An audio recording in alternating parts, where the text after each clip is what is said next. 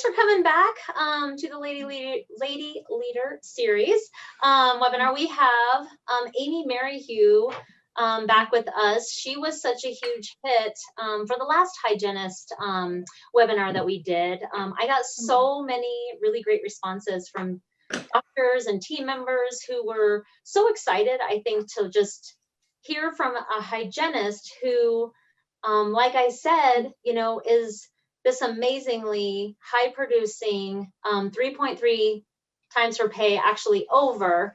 And she's a 6-figure salary hygienist who does that. And it's kind of neat, I think, for other hygienists to see potential of what can be done and the work that goes into making it happen. So I decided after I got so much good response, I was like, gosh, I just have to let her talk some more. So I did get some questions and points from doctors and team members who said, have her tell us more about these things. So that's what we'll be talking about today.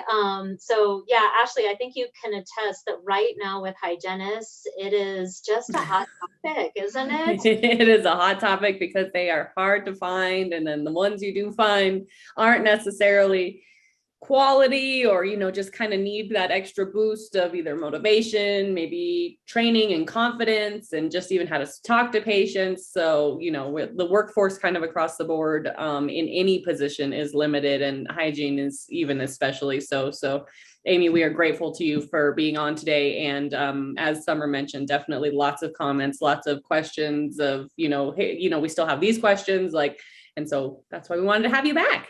Yes. Thanks for having me. Yes. So I think the first question that I got that I know actually, this is kind of Amy's zone of genius, I find, is she's really emphatic about the level of preparedness she has for every day with her patients. And I got a lot of questions of like, knowing that's your number one weapon, Amy, to like get yourself not just to production, because I don't even know if you think like that. I think it's more so it's your number one weapon to truly having the biggest impact on your patients for their health. Explain a little bit more to everybody, what does that time of preparedness, what does that look like for you? So I think that it can be done in the morning, you know, before your day starts, if you don't have time the night before, or you can do it the night before, but the time is not productive time. So we're not actually producing in those moments that we're prepping our charts or we're looking at our day. But I think it is such a huge key to making those appointments, just opening up the opportunity in those appointments to do as much as we can when the patient's here.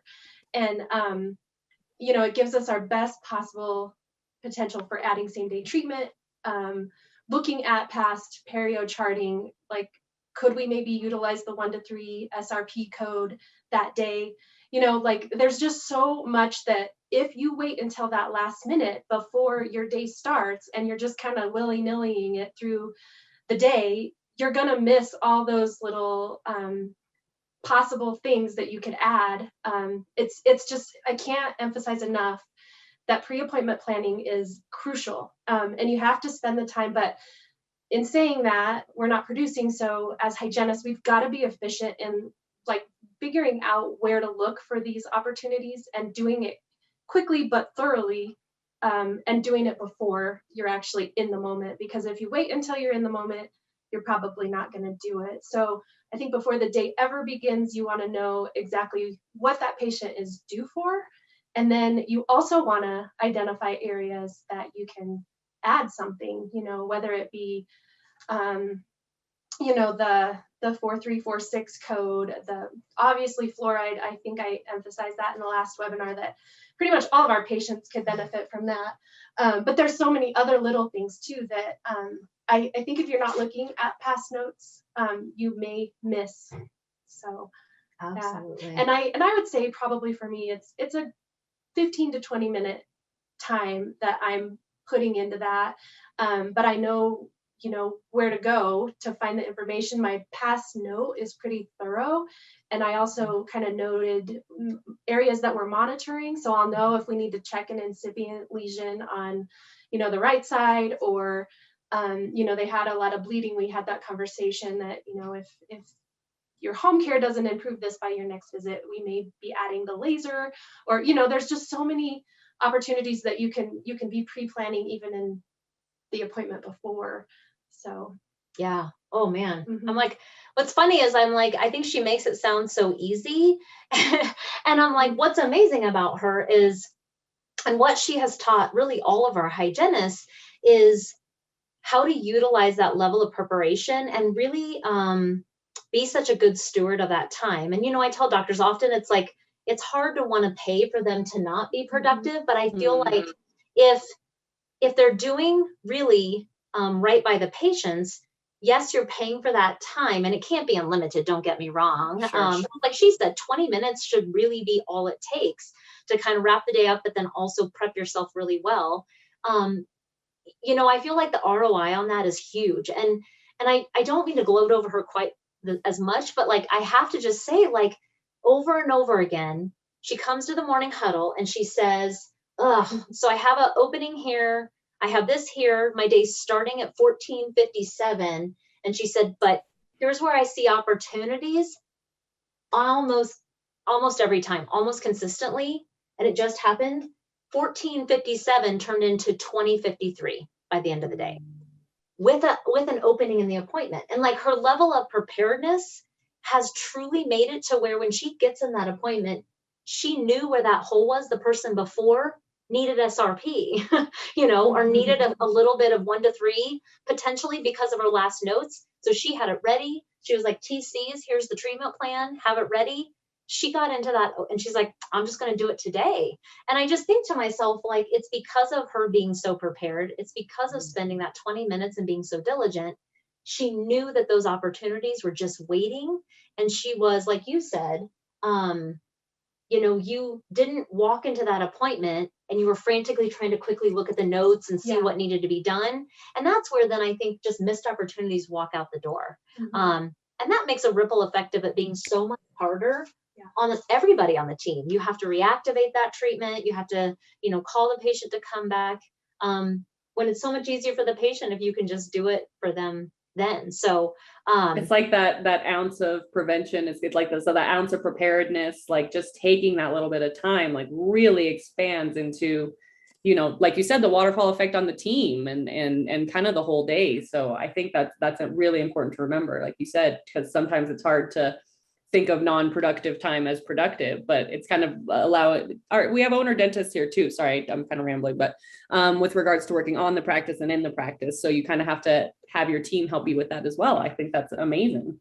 Yeah, absolutely. And I think we've gone through different systems of like how we're going to look at our day and how we're going to write it, how we're going to remember what we actually found as those potential things that we could add. So I think I started with route slips and I was writing little notes on the route slip. Now I've got, and then we went to like a column based, just one form that we would put the patient's name, and then I'd have all these different columns of like, are they due for x-rays? Did they have 4mm pockets? I don't know. There just, sure, you can add whatever column you want. And then now we've even taken it to make it even more simple. And it's, you know, it's just, it's a work in progress, and I think you have to figure out what works for you, and just start implementing it and just try different things, because I think it might seem really complicated in the beginning, but now it's just like second nature, and it's quick. I don't feel like I spend a lot of my day or my time doing it. Yeah, so it might take a little bit of, once again, work on the front end to figure out how to chart prep effectively and what system. Like you said, we've gone through a few different, you know, revisions of how to help hygienists. And Amy's really good as a lead. She's really good about saying, hey, these are some of the ways we do it. Pick which one resonates strongest with you, but we have to get this level of preparation done. And so, yeah, I think that's a really important point. And I don't know, Ashlee, I truly can't remember if we posted. Amy simplified everything even more to where her like morning huddle prep sheet is on top of her end of day checklist. So I don't know if we included that, but we can actually add that to this as well if people want to see kind of Amy's simplified form. Sure. I'm sure they would love that. Yeah, we'll be happy to do that. And then one question that I got over and over, every call I took, every like little message I got, almost all of them asked, okay, Amy, so you talked about, your 60-minute efficiency of the 20-minute assessment. And then you've got, for us, 90-minute new patient appointments. And people kept asking like, no, really, like, what does she actually like do in that 20 minutes? And if you have that 90-minute appointment, like, what does she actually do? So I thought, instead of me saying this over and over and over, I was like, I think I'll just bring Amy back and you can kind of explain what you do. And then this is another form that we can include as well that Amy will kind of post for everybody too. But yeah, we have a breakdown of like a 60-minute appointment, like a recall patient, and then the 90-minute new patient one. And it kind of breaks down the timeline a little bit more in detail. But I will say that truly, I don't do much different between a recall assessment and a new patient assessment, other than obviously the new patient, it's going to be a little longer because I'm charting more. I'm starting from scratch basically. But we did kind of as a team develop an exam sheet that kind of hits all those areas that we want in that comprehensive exam. And so that we're making sure as we're going through the assessments that we're kind of checking off all the boxes basically to ensure that we're getting all that information that we want on those new patients. And it's just a reminder, because I think sometimes you get, maybe my husband calls me a squirrel. I get off track sometimes. So like it just helps keep you kind of focused. And I won't say that like I feel like I'm working the whole time. Like there isn't a lot of time to just like, like as you're taking intraoral photos, you're speaking, you're trying to get to know the patient, but you're working as you're doing. If you don't do that, which in the beginning I didn't do that, so I would talk way too much, and then I would try to cram it all in, and it just doesn't work. So you have to figure out how you can work while you're talking. But for the the comprehensive exam on new patients, I would say that one runs more 30 to 40 minutes of just assessments. And in our assessments, that includes like a full mouth series of x-rays and oral cancer screening, charting existing restorations, intraoral photos or a wellness scan with the iTero, perio charting, that's charting bleeding, recession, everything. And then actually taking a moment to kind of co-discover with the patient what you're seeing. And that you kind of want to have wrapped up. And as you're doing and gathering all that information, you're kind of talking to the patient about what you're seeing. You're not diagnosing, but you're at least telling the patient what you're seeing. We owe that to the patient to tell them, even though we're not telling them what they need, we're saying, if there's a cracked tooth or if there's a lot of bleeding with probing, just we're having those conversations while we're working.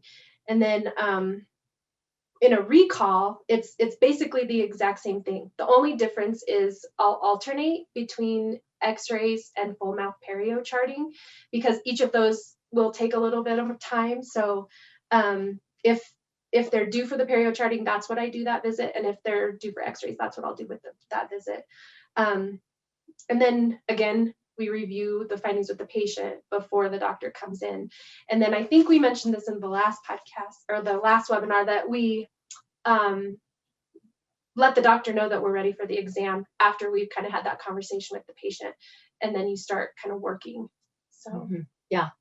And I think that it's really important. Like I know for some hygienists, that's actually kind of a new concept I discovered, that, really taking that first 20 minutes to do that really thorough assessment, it's almost like, once again, a level of preparedness.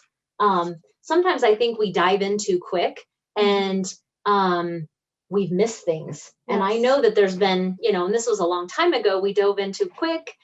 We missed perio opportunities. You start cleaning without really looking at everything. And so I think that, a lot of times it's like, is it really worth that time?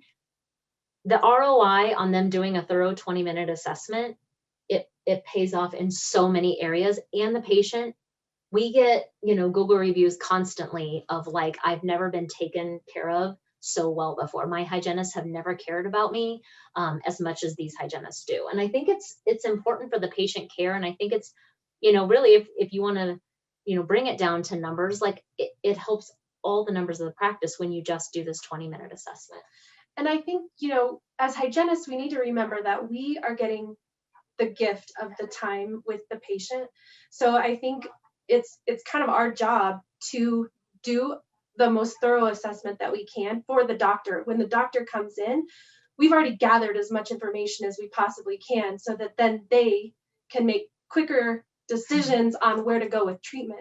If we're not doing those assessments, the exam's going to be slower. The patient's not going to be like preheated as to like what's already going on in their mouth.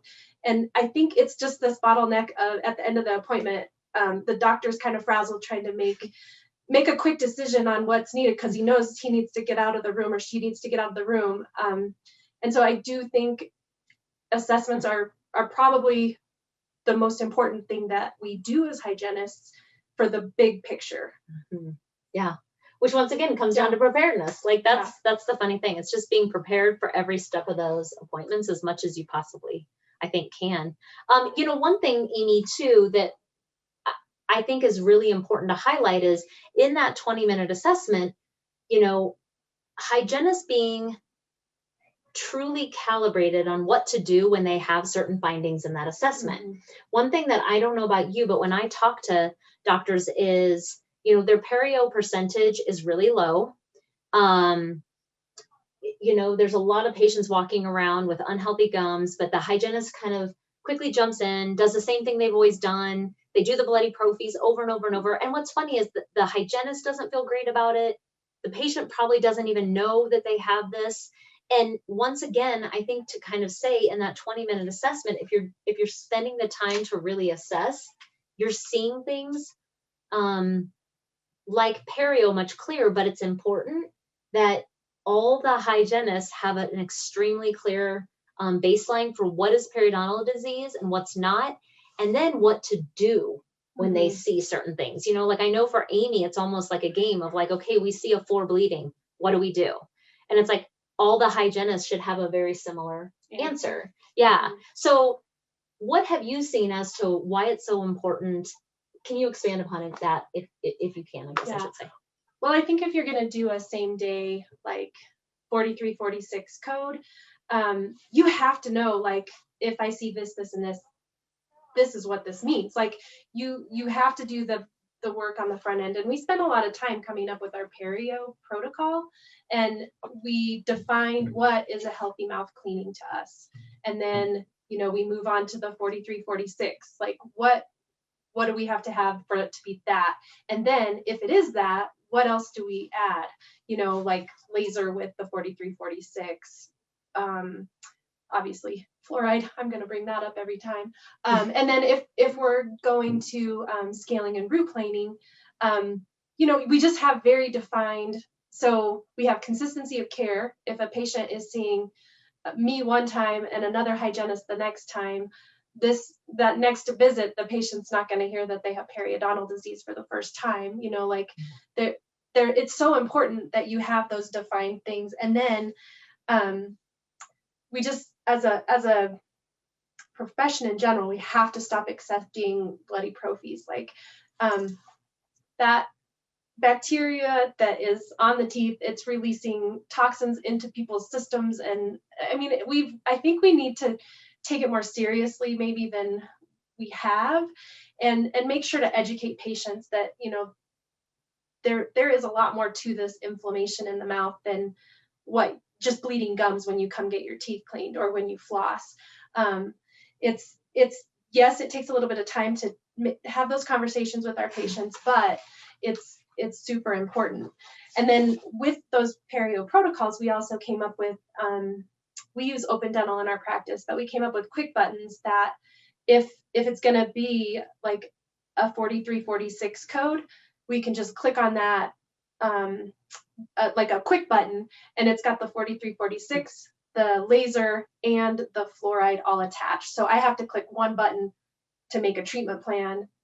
So it can be super quick. Like it doesn't have to, take a lot of time, but you can send that to the front. They can kind of do the breakdown, come back to the op, sign off on it, and you're good to go. So I do think back to being prepared, it's got to be easy too to incorporate it in there. Yeah. So, and I do think it does. We took a lot of time as a hygiene department to kind of work together to figure out what we wanted our perio protocol to look like. And then you got to be in agreement. All the hygienists have to be on board and they have to believe in it. And that's from there, it's easy to implement because it's just the way it's done. Yeah. And it takes the guesswork. Like I always think to myself, like we've got newer hygienists, and especially now, like a lot of us have new hygienists, we have temp hygienists, and Amy makes sure that whether you're a temp hygienist, and I'm talking about like we have some long-term temps, and she makes sure that they know that perio policy as well. Like these are our protocols. This is healthy. This is not healthy. So it doesn't matter, which hygienist it is. They know walking into that appointment, if I see blank, then I do blank. And it takes that guesswork out and it becomes the standard of care in your office. So your hygienists don't have to try to figure out, do I just accommodate the patient? I don't want to hear the no. Where I feel like Amy has so established with our hygienists, like there's not really a choice. Like this is what we have an obligation to present. We have to tell the patient this, almost like she's so emphatic about like this, we have to tell them. So all the hygienists it takes the guesswork out when you have a really solid policy, and then it makes it easy when you set up those quick buttons so your hygienist can be in that appointment and do it quickly, which, kind of moves me beautifully into my next point of like, I assume that during your 20-minute assessment, that's the time where you've had your level of preparedness, but you're in your 20-minute assessment. You're really kind of determining how to get them well in that 20-minute assessment. And that's when you're deciding what adjunctives make the best sense for that patient. Is that correct? Yeah. Okay. A lot of times though, I'll go into the day already with my prepping, knowing what I might add. But a lot of times, a patient will come in with something new that you're not maybe able to foresee. But of course, you may change direction, but those assessments are going to just spark any opportunities that you can add.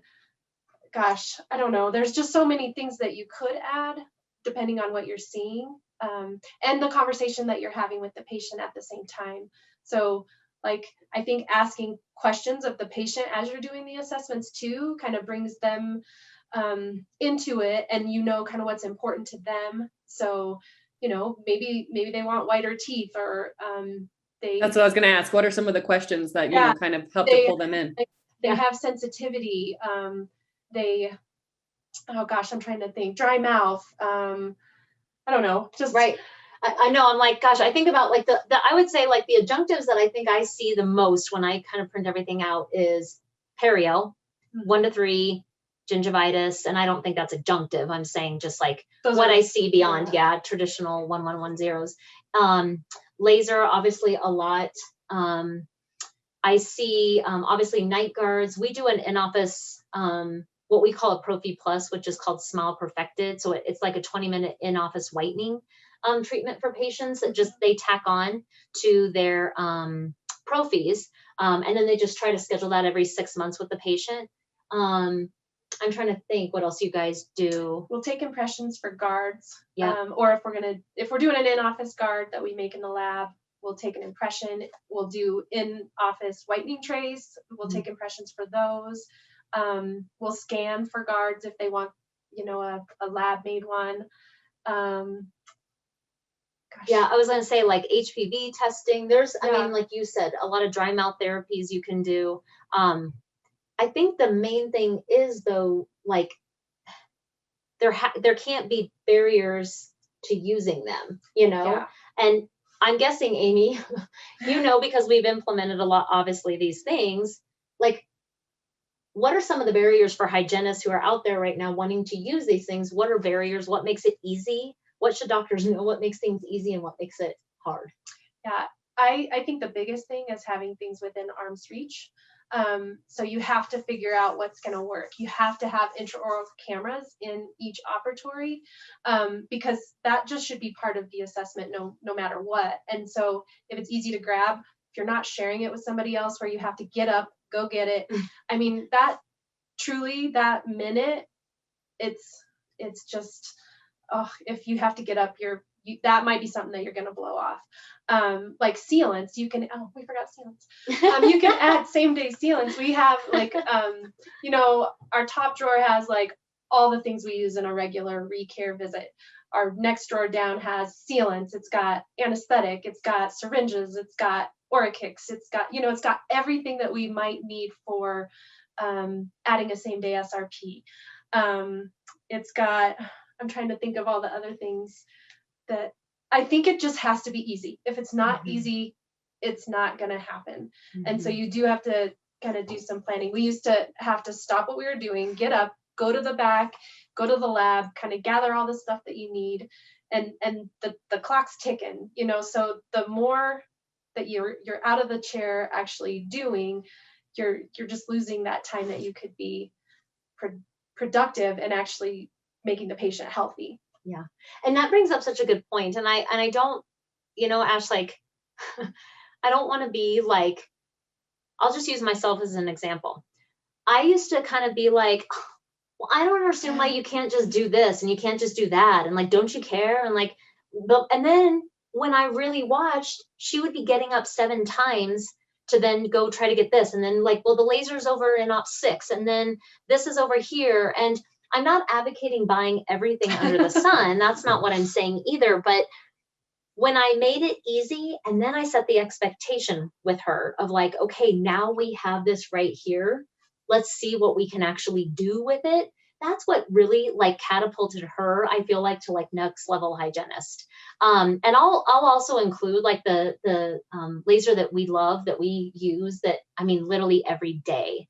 And all our hygienists are trained on that, and it's right there. And I know you, like, her operatory is connected to another, and they share that laser just back and forth. And then I have the same thing for the other 2 hygienists, where it just kind of gets in the main practice. That's kind of what they do. So I'm not advocating like an iTero and laser for every hygienist, unless it makes sense. Maybe, I don't know. But I am saying though that like, if it's really difficult, if they have to get up and walk around, like I used to be like, gosh darn it, like, why can't you just, do this? And it was like, well, because that was 10 minutes of her time looking around that she just wasted, that she could have been with the patients. And so when I was really honest, I was like, okay, let's figure out how to make this easier and then set expectation to using the product. So have you seen that though, Ashlee, too? Well, yeah. And I think that kind of goes back, right? Like they need 20 minutes to kind of go through these things. So let's make everything as efficient as possible. That 10 minutes that they're spending is like, that costs you more too. Like that adds up. So I think that's a super crucial, I mean, of course at DSN, we're all about efficiency and systems. So just make it as efficient as you can, that any minute that you have to step away, it's same as a doctor, same as a dentist, your most valuable time is right next to that chair. And that's the same for those hygienists. So I think that's a really important thing to note and take. Yeah. It's not too costly to have etchant and sealant right there. It's not too costly to have anesthetic there. And like I said, if you can even start with potentially think about 1 laser and have it just right there available, like it's pretty neat. We put one on a cart, like a rolly cart, so it's easy to move from room to room, and all you got to do is plug it, and on the cart it's set up and ready to go. So it can be shared, and it's not that difficult to move. And then we took it a step further now, and we have like a really easy one that's just one piece that's nice. I don't know, really easy to move from op to op. But which I'll post that, because I often get questions about that, and like, is it really worth it? And cost wise, all that good stuff. So I'll post that as well.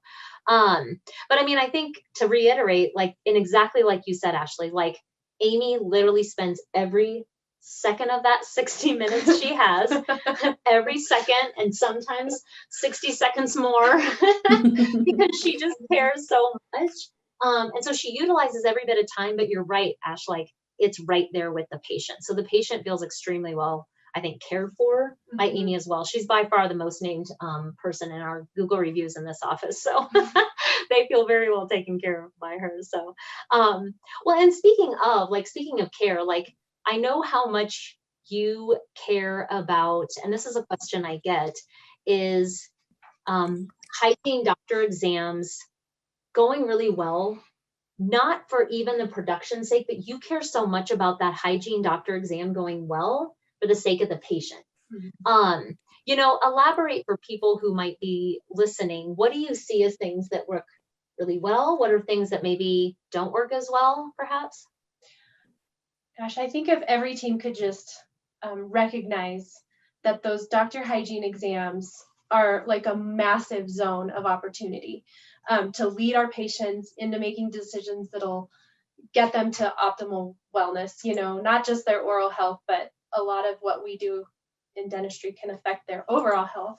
But I think great exams are the ones where the doctor and the hygienist are calibrated really well. I think it's so important to take the time to calibrate and know, like, I want to know how I can prep the patient for when the doctor comes in, and just let them know, like, you know, usually in these situations, doctor will recommend this. I'm, like I said before, I don't diagnose, but the patient has a pretty good idea of what they're going to need when the doctor comes in. They're not hearing it for the first time from the doctor. And I think if you can get in a routine of, you know, a little bit of small talk when the doctor comes in, and then kind of getting into the exam, it's like talking to the patient as the doctor's looking at everything, and then a conversation between the doctor hygienist. And that conversation is going to be very similar to whatever the co-discovery was with the patient at the end of the assessment. You know, so they're hearing it again, what I was seeing. The doctor's asking, you know, how is soft tissue? How is hard tissue? And then, you know, just doctors having the confidence to make decisions and just, you know, telling the patient what they need, and then taking the time to really let them know, like, why it's important. I think that shows that the doctor cares about the treatment, not just the patient getting healthy, and not just the treatment getting scheduled. It's a not a very big time thing, but I think it goes a long way in wrapping up the appointment, just to have the patient feel that it's not just about, I don't know, scheduling the crown or whatever. And I don't know if I'm explaining that well, but well, and yeah, I mean, I don't want to interrupt, but I mean, I think the point being too, and we just had a leadership meeting. We were kind of discussing this too, that I was about to say that goes to leadership. I think we're on the same page. Go ahead. Well, and it's so funny because it's like, I think that like leading the patient through that appointment and helping them understand where you're going and why you're going there makes such a big difference. And if, you know, the doctor and hygienist are on a team kind of co-piloting this, they're looking to us to really help them understand and where to go and when and why. And like she said, you know, there's this line though too between I recommend a crown, get that scheduled, versus, you know, hey Bob, I completely understand that you love to hike 14ers on the weekend. We live in Colorado, Ash. That's what people, of course, do. Yeah, that's what we do. That's what we do. We don't care, but you know, I know you love to hike 14ers, and I'm going to be honest, I'm really concerned that, you know, like Amy showed you on that picture, that crack is such that, gosh, you're going to bite something wrong while you're hiking. I'm really scared it's going to fracture. And until you can come in and you can get that done, Bob, I need you to be really careful chewing on that side. I'm really worried about that. And I think like patients can actually feel that level of like, I truly care that this something terrible could happen, and I'm worried it's going to happen with you when you're doing the things you love somewhere where I can't help you. Right. And I don't know if that's kind of what you were saying, but like, I don't know. I think sometimes, and I tell my doctors all the time, like we forget that that's the first time the patient is seeing us, you know, in 6 months and getting this information. And I'm always like, give them everything you've got. And I don't mean giving them everything you've got with lengthy, you know. Let's talk about that football game. Or, Yeah. And then talking about like buccal mesial lesions, Oh, you know, yeah. whatever. I don't necessarily think that's what I'm saying, but like when you see the space, talk about it. When you see the occlusion, talk about it. Give them everything you've got and let that patient make the best decision for themselves. But what's crazy is I think in exams, we shy away from telling people the truth. And I think we shy away from just giving them what we know and explaining that level of care to them. And I think for hygienists, we didn't obviously rehearse this, so I'm truly asking, but like I feel like hygienists love doctors that care that deeply. Like I think their commitment level to that assessment stays stronger when they see their doctors utilizing it. They took that information, they handed it off in that exam. So doctor, you know, and they're going through the exam card. Like I said, we have exam cards. So no matter what doctor walks in, they look at that exam card and they have all the information that they really need to know right there. And that doctor uses the information they gathered to help, again, kind of walk through everything with the patient, and they don't miss anything. Soft tissue, hard tissue, occlusion, you know, oral cancer screening. We go through all of that and we can do it succinctly, but I think the patient can detect when that level of expertise and care is consistently happening. I think they feel it. And whether they say yes or no, you know, we're not married to the result, but we do want to ensure that they understand, I think, in those exams. And I think the hygiene doctor exam is, like I say all the time, like one of the most overlooked parts of a practice that have the biggest impact. Sure.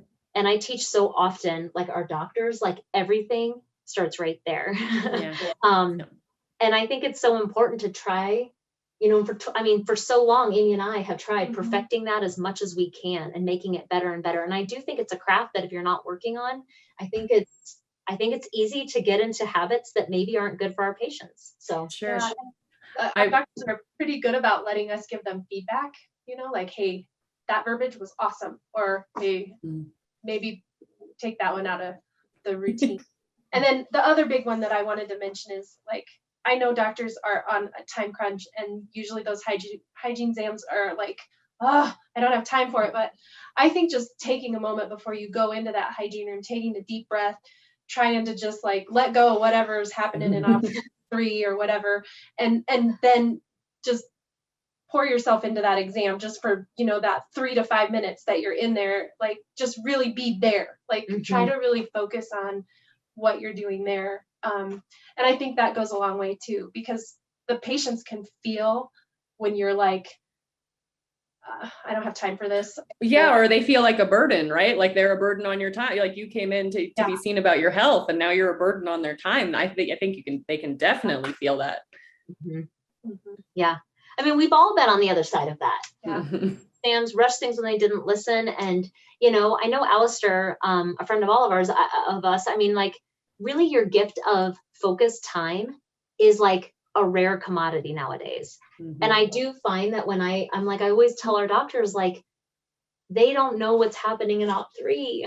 Like, they're here to see you, and giving them that focused time, like, it makes a world of difference. And like I said, whether they say yes or no, they'll know you care, which for us, I think is like probably the biggest thing. So, and also I think too, no today doesn't mean no tomorrow. Like, you know, I think we got to keep having those same conversations, even if they said no to the treatment the last time. It's our job to let that patient know why it's recommended.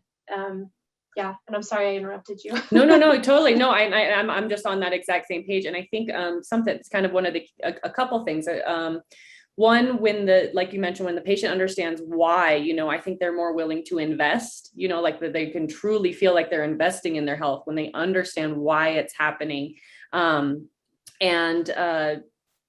I forgot what my second point was, but you know, but that info, you know, kind of the knowledge is power. Oh, like the repeat conversations. You know, I think too, when you've brought it up a couple of times, you know, then they're starting to think about it a little bit more. They're starting, you know, it comes back around. So they can also feel when you're like, no, you really need this. And like, you're trying to push it versus listen, I want you to make the decision, because I am 100% more likely to say yes to something that was my choice versus something I feel like is being forced on me, whether it's for my health or not, and whether they have the best intentions or not, you know, like I want to make the call, I think. And I think the patients feel that. Yeah, I couldn't agree more. Like they want to actually invest in often, you know, their health, their beauty, their wellness. And we're just co-diagnosers. We just get to educate them on that. We just get to give them everything, like I said, we've got, and then they make the best decision.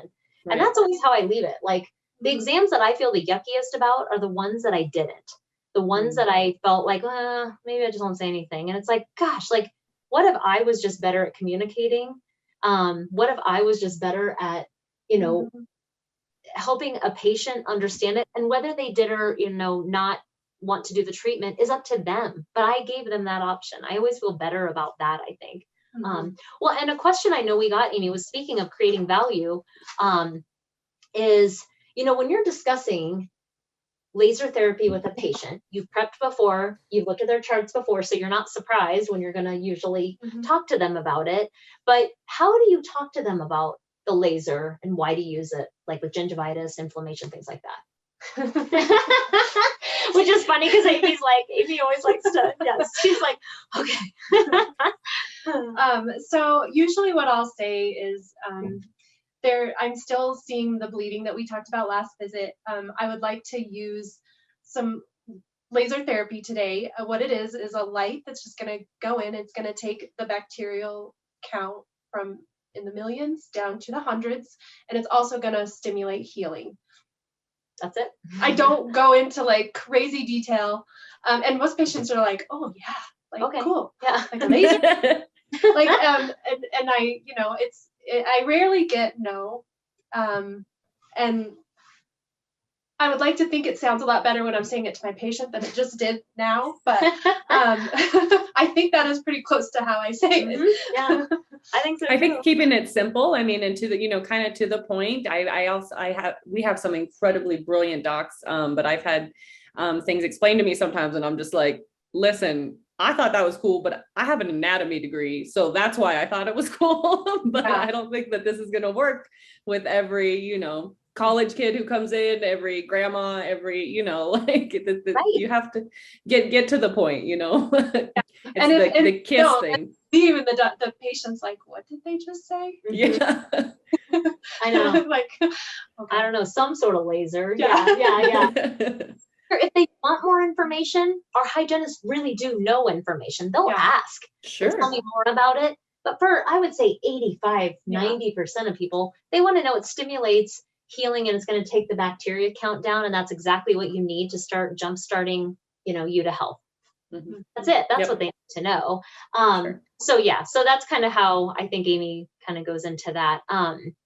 You know, one question that I get, and I get often also is, you know, KPIs, we all have KPIs per department. The hygienists have them as well. We spend a whole quarter hyper-focused on specific KPIs just to ensure that we've kind of solidified their consistency and things like that. But, you know, one thing that we, I apologize. Sorry, I just read something. I lose my train of thought. One of the KPIs that we track, that's what I was trying to say, is the treatment that comes out of all of the operatories. We like to know, like, what combo is working as far as hygienist doctor, this treatment coordinator, things like that. So one of the KPIs for the hygienist is how much is being treatment planned out of the room. Well, we all know that that's part them, part doctor, but we just like, you know, to kind of see what that looks like. She has KPIs for wellness scans, perio percentages, things like that. You know, Amy, I do hear, like I said, one of the questions I get is, so you're tracking, like, how do you even talk to them about tracking KPIs? Or my hygienists aren't going to want to do that. Or they say they don't have time for anything. Or, you know, I know for you, you've kind of switched so much to understanding what the numbers mean. So what do you tell other hygienists who say things like that? Or when hygienists come on board with us about KPIs?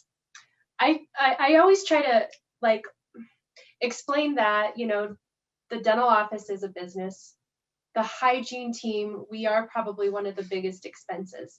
So in that, we need to be sure that we are contributing every which way we can to the success of the practice. That means we are doing those awesome assessments. We're figuring out what needs to be done, and then we're really backing the doctor up on the treatment that needs to be done. I think it's important for them to know, like, if you're given the gift of 60 minutes and you're getting paid a hygiene wage, that hour isn't going to be just a walk in the park. You're not going to do 4 bite wings and a prophy and, send your patient out. Like, I think I about have a heart attack every time I see a 60-minute recall patient being walked out at like 30 after. I'm like, where are they going? Like, did they take intraoral photos? Did they do a wellness scan? Like, I know they're like, I use the whole hour. Doesn't matter how, like, usually the patient's here the whole hour. But I think yes, it's a business. We need to be productive. And then also, like, I find the KPIs as kind of a scorecard for myself and making sure that I'm offering everything that I can possibly offer to the patients that I know is going to make them healthy. The easy way is to just, do what I've always done, the 4 bite wings, the prophy, and not have the conversations about, this is why fluoride's important. This is why I think you would benefit from the laser. I think we should stop right here. We need to change gears and maybe start treating this bleeding that is going on instead of just seeing you every 6 months and having the same thing going on. Like, we have to actually check ourselves. If we know that 50 to 60% of the population in our country has periodontal disease, like, our KPI should reflect that. Like, adult patients that we're seeing, we should, 40% is still maybe on the low end of where we should be. But like I said, it's a scorecard, and it's kind of checking ourselves. Like, are we being true to what is needing to be done? And if not, like, let's start working on making sure that we are calling it what it is. If it is perio, if it is scaling with inflammation, like, let's not just keep doing the same thing over. I just read an interesting statistic. I think it was in RDH magazine that the perio numbers have gone up from like 1991 to now, but by like 50% and they're projecting that it's going to go up even more. So, like, obviously what we've been doing is not working. We need to be more proactive. We need to start, treating it as we see it. And the production numbers, the goals, the KPIs, all of that is just a scorecard. It's not, I think we get so wrapped up in like, the doctor just wants me to make more money for him or and there's just so much more to it than just that number. Like, I don't feel like I'm doing the office a good service if I'm not producing 3 times or 3.3 times my salary, because I know that I'm an expense. Like, for us to be successful, like, I need to be hitting those numbers. I think too, like, kind of to that point as well, I love what you said about, listen, I'm going to use my whole hour. Like, I think, and I'm just assuming here, but, as an educated healthcare provider, that you have information and skill that can help this person be healthy. And like you said, it's, 40, 50, 60% of the population. And that there's probably something, it's your obligation, right? To use that time to get them as healthy as they can. If someone is, overweight and obese and going to the doctor, they're going to tell them, hey, I'm seeing this and here's what we need to do to correct it. It's not just, let's take your blood pressure. It looks okay. Let's see where you're at. And, the doctor is going to take that time and say those types of things. In a good doctor will, but that's kind of what I loved, that you're like, listen, I'm going to use that hour for no matter the patient, because there's probably something that I can do and teach and share and use to help get them healthier. Yeah. Oh, absolutely. Like, such a great point. Like, gosh, like, most people who know, like, I've had like multiple hip surgeries, and I use my hip surgeries as a funny, like, analogy too, of like, I can't imagine going in and him just being like, I mean, whatever. It's always out of place in your ligaments. Have you tried ibuprofen? Fine. I'm just going to go ahead and put a giant bandage on it. Like, yeah. good luck. I would be like, give me options, like help to own. And one, I need to know that there's a problem. Just feel like people are walking around with periodontal disease, and like that's a startling statistic. Like what we're doing now as kind of collaboratively in hygiene maybe isn't working for the best of the patient. And like as we all know, with systemic things happening, like it's really doing nobody service, and it's actually detrimental to their health. Like you said, it's one of those insidious things that's a slow process that it's like, golly, we could catch early and let them have the option to help get themselves healthy sooner than later. Maybe I want to have like a rainbow version of this too. Is it possible too that number has gone up since the 90s because people are diagnosing it more as well? You know what I mean? Like, do you think that more hygienists are taking ownership of it and diagnosing it more? I know it's still like we're still lacking in diagnosing, but is that possible? Maybe it could be, right? And probably would have to dig into that, because you're right. Who knows? Just curious. But, yeah, right. There's a million. Absolutely. That would be my hope for sure. But regardless, like how many times do you see offices, Ashlee, that it's like just severely underdiagnosing, and it usually isn't because hygienists don't want to. I actually believe the opposite. I think it's that hygienists just don't have a clear expectation of what to do. And if they understood the why behind it, that's why I said why that perio protocol, why all the preparedness of making sure that your hygienists are collaborative and understanding that. I think that makes the difference, as far as them understanding why that KPI is important. Yeah. And I think, for us, I think the hygienists who join us were also very honest and open about what hygienists excel here and which ones probably won't love it. So we ensure that from the get-go, when Amy does, they have working interviews, and Amy will sit with them at lunch and make sure they know this is the kind of office we are. This is what we're about. Here's the onboarding packet. And she kind of walks through some areas of like, this is what will be expected, because this is how we get our patients healthy. And what's crazy is, during COVID, we've been so blessed to pull some hygienists actually who are like, awesome. I want that. Yeah, that's amazing. And so we didn't poach anybody, for the record, but this is live. I know, that's what people just answered. I think another thing that's really helpful though is if like the hygienist feels that ultimately the most important thing to the doctor is the care of the patient, like that's so much easier to get on board with, like why the production goals are where they're at, like because they know it's not really about the money. It's right. It's about, are we offering these things to the patient that they need?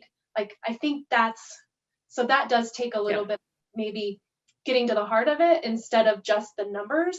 That goes a long ways, I think, for a lot of hygienists, because if a hygienist thinks it's all about the money, I think that's when they shut down, and then they really don't want to do that. Well, then it becomes all about the money for them, right? Why would I work harder if I'm just going to, when I could just do a bite wing and a bloody prophy and call it a day? If that's all this office cares about, why should I put that effort forth as well? It goes back to culture and leadership, and it all kind of trickles down. Yeah. Well, and one of our KPIs is the scans, the wellness scans, and we don't charge for those. So that's not adding to our production for the day, but it's such an awesome tool, like to educate the patient, that I think that all of us are on board to do it, even though it's not really helping our day look any better. But it's, so that right there just goes to show it's not just about the money. It's it's about hygienists wanting to work with tools that help get the patients healthy. So I do think, like, for us, the KPIs, I think it's something we prep everybody who joins. We don't surprise them when they come in.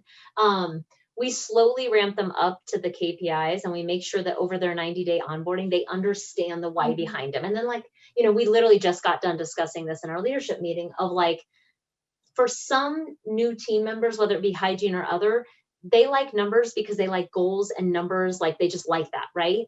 But there's a lot of team members, I said, that, for them, it's all heart. And so connecting their heart to the numbers, connecting, like, and we always say, like, start with the why, but no, really, like, connecting them to that number and what it means impact for the patients. I can't stress that strongly enough.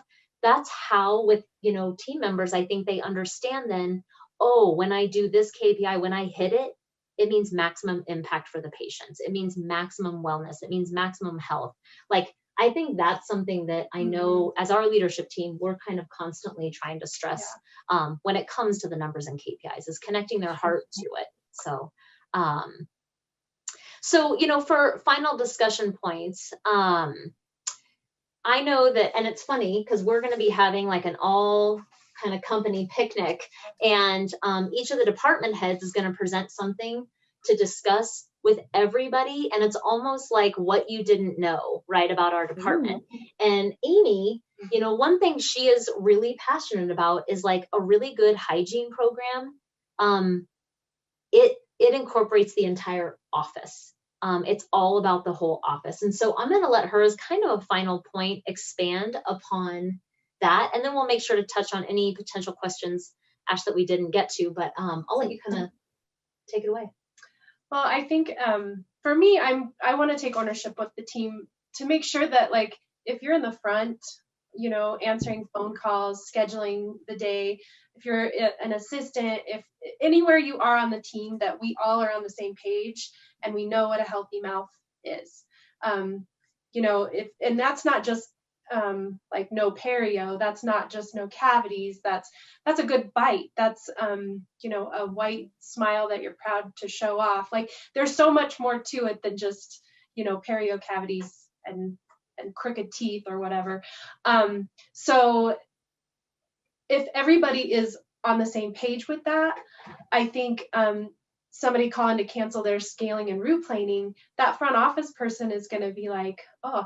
And then also, I'm going to back up a little bit, tying it to the oral systemic link. Like, this infection in your mouth is actually setting you up for being more at risk for so many things. I think they keep finding more as time goes on. The toxins that are being released into our body, they're actually finding are also like carcinogens, they're causing cancer. So I just think an empowered team that can know what a healthy mouth is so much more useful than us all being on our own base and kind of like in our own little world. Like, I want to know like what I can do to make the front office's jobs as easy as possible. And they can also feed into the hygiene program by just having the knowledge and being able to really help us, encourage those patients to keep those appointments because they are so important. And then we've actually incorporated recently, like, even the assistants come to that morning huddle knowing what patients have not been in for their recare, which ones aren't scheduled. And we know that day if somebody falls off the schedule, we may have a patient in the office right there that we could slide over to our schedule. And those assistants are actually even on board with, feeding those patients into hygiene if needed. Like, it's just the whole big picture. And I think, everybody being in agreement on what a healthy mouth is, and then like that's what we're going. That's your cornerstone, right? Like, yeah. That's why everyone's in this industry, especially as dentists. I mean, that's the cornerstone. Yeah. And it's so true. Like we were saying, like, it is so important that if they don't all connect to the cause and the mission of like what we're trying to accomplish, they don't even know how they can impact each other. Like you said, if we're all kind of on our own base, then I think really for the patient's sake, we're once again not working as a collaborative team to get them as healthy as we could be. And I know a lot of offices to kind of piggyback on that, they're experiencing cancellations or experiencing, patients dropping off due to COVID, due to kids going back to school, whatever. But I've just heard that a lot of people are struggling with, unfilled schedules. And working together collaborative as a team in that morning huddle, like she said, like, we're all looking at our own column and figuring out who's due for recare or perio right now. We block that out on the schedule. So every single column has a block either above it or below it on their column of all the people in that day that are due right now. So if something falls off, our front office is like, ooh, I'm going to pull from Lisa's column. I'm going to pull from Amy's column. I'm going to pull from Hannah's column. And so it's been a nice way to kind of keep the schedule full when because things do happen, and with Sure. things so unpredictable right now, I know despite our best efforts, we're seeing it too, for sure. So having a plan in that morning huddle has been for sure helpful, but it takes the whole team understanding how important it is to keep people in the hygiene program, for sure, to keep them healthy, and knowing that those baselines for sure. So, Amy, one question I know that maybe we want to just real quick expand upon is, what time limit per patient do you have for adults, children, new patients, SRP? Yeah, so adults, we get 60 minutes. Children, we do if it's a new patient child, we do 40 minutes, but recall children, we do 30 minutes. New patients are 90 minutes. And if we're doing a half mouth SRP of full quads, we get 90 minutes. If it's a half mouth of 1 to 3 teeth, we get 60 minutes. And then, am I forgetting any? I know. I'm like, what if you had I know the answer, but what if you had a 1 to 3 teeth only quad? I would try to fit that in with the prophy on the same day, like that day. If you had one quad. Yeah, 1 to 3 teeth, 1 quad. Yeah. 13 and under 30 minutes? Usually, yeah. If they're new, we usually will do the 40 minutes, but if they're recare, we can usually do 30 minutes. And then those ones are easier to have another appointment against it. The 40-minute ones get a little bit wonky. Yeah. So. Which does go to show, though, too, that we're pretty stringent about blocking things out appropriately, because we refuse to have any 10-minute wasted times.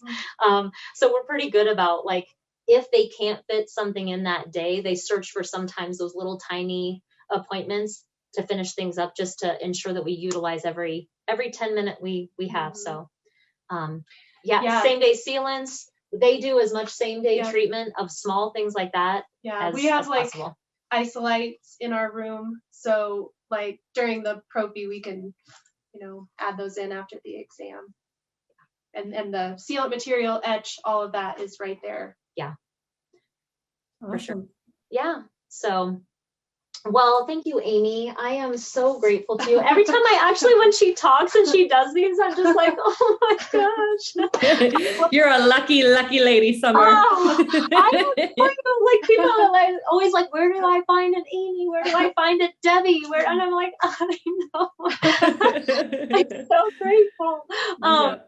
She's just amazing. I can't stress it enough. She's amazing too. She's every bit of awesome that she sounds like, I'm like, oh my gosh.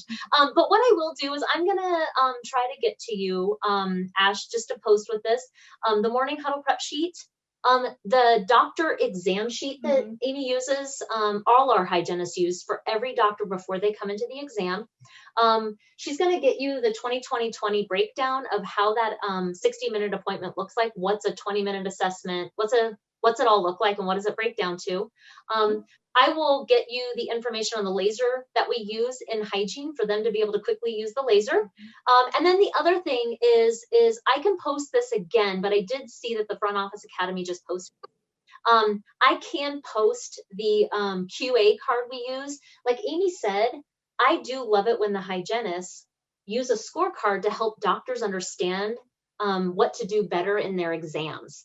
And so that QA card, I know that the hygienists use, and sometimes my practice director will use, and she'll go listen to exams and kind of give the doctor feedback according to kind of a rubric. I did see that the Front Office Academy just posted that same QA form. We'll put it in here too, just so people aren't looking around in different spots. So just shoot it over to me and we'll put it in this too. Perfect. So I'll incorporate that. And then I think that's kind of a lot of what we discussed in paper form, kind of tangible. So Cool. Hopefully that will be helpful. And then, let us know if there's any other questions beyond that. But thank you, Ash, for your time. I appreciate it very much. Oh, no, thank you, ladies. And Amy, thank you so much for again joining us here on our Lady Leaders webinar series. We'll be coming at you next month with some more. Laura, great to see you. And thanks for everyone who tuned in live. And everyone have a great day. Awesome. Thanks. Thank you, guys. Bye. Thank you, guys. Bye.